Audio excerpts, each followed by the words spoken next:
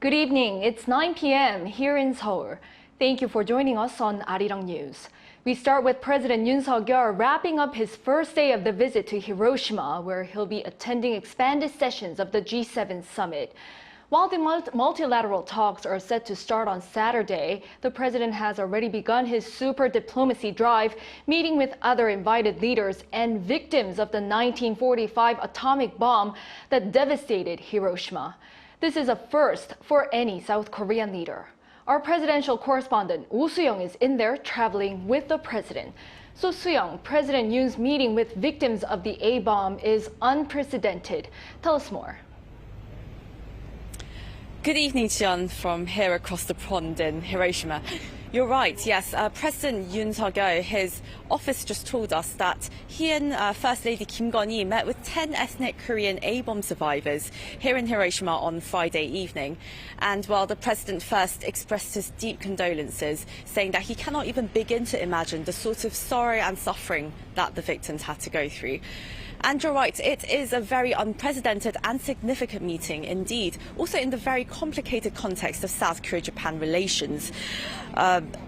According to Korea Atomic Bombs Victims Association, up to 100,000 Koreans suffered from the bombings in Hiroshima and Nagasaki in 1945.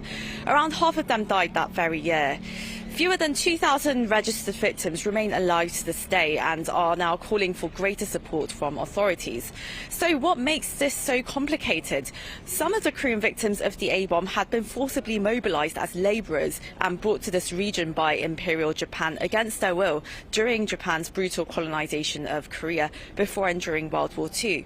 Now the issue of compensating Korean forced labor victims, of course, has been tested and it's really exasperated Seoul-Tokyo relations in the last few years.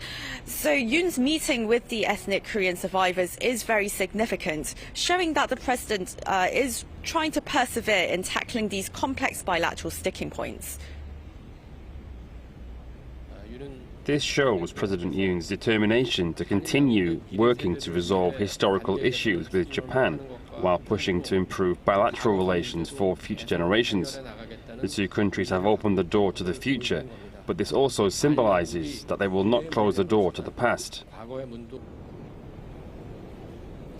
The survivors group has welcomed the president and Japanese Prime Minister Fumio Kishida's planned joint visit to a monument that honors Korean A-bomb victims in Hiroshima Peace Memorial Park.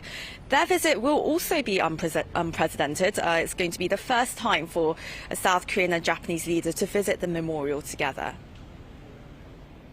Right, Sooyoung. And before he takes part in the so-called outreach sessions, which include guest countries, the president's already been meeting with other world leaders, hasn't he?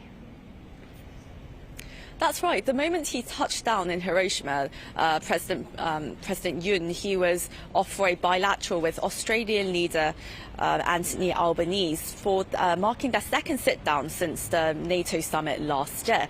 And according to Yoon's spokesperson Lee Do-eun, the two leaders discussed various economic and regional issues, both as Indo-Pacific countries that are aiming for regional peace and prosperity. And well, President Yoon expressed his intent to increase communication with Canberra as part of his Indo-Pacific strategy, which aims to bolster Korea's ties with regional neighbours for economic security as well as regional peace and stability. The Australian PM shared those very sentiments and also commended Yoon's leadership for improving Seoul's relations with Tokyo very recently. Economic and trade relations was also another key topic on the table. Yoon and Albanese agreed to work closer together on supply chains of key minerals that are vital for future technologies. They also agreed to ramp up cooperation on security and the defence industry. President Yoon then met with the Prime Minister of Vietnam, Pham Minh Chinh, at around 6 p.m.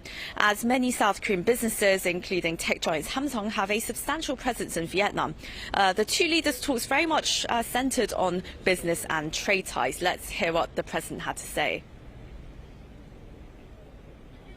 30년간 한국-베트남 관계가 정말 모든 분야에서 눈부시게 발전했습니다.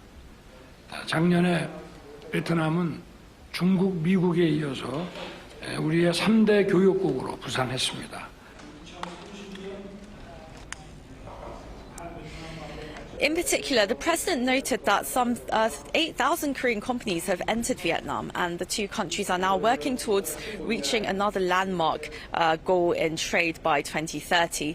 Yoon showed support for the further development of cooperation with Vietnam through official development assistance projects, and the Vietnamese PM expressed his appreciation, saying that he hopes Seoul's ODA projects in finance, technology, as well as human development will grow along with cooperation in the fields of digital technology and science. Well, Yoon has at least 4 more bilateral summits coming up this trip, as he's on quite a diplomatic marathon this week. He's going to meet with the leaders of India, Indonesia, the United Kingdom, as well as Japan, the host country, of course, in separate sideline meetings of the G7 summit. But of course, all eyes are very much on whether a trilateral meeting is going to happen with the US and Japan. So we're really going to have to wait and see. Well, thank you, Sooyoung, for your coverage tonight. That was our presidential office correspondent Oh Soo-young reporting from Hiroshima.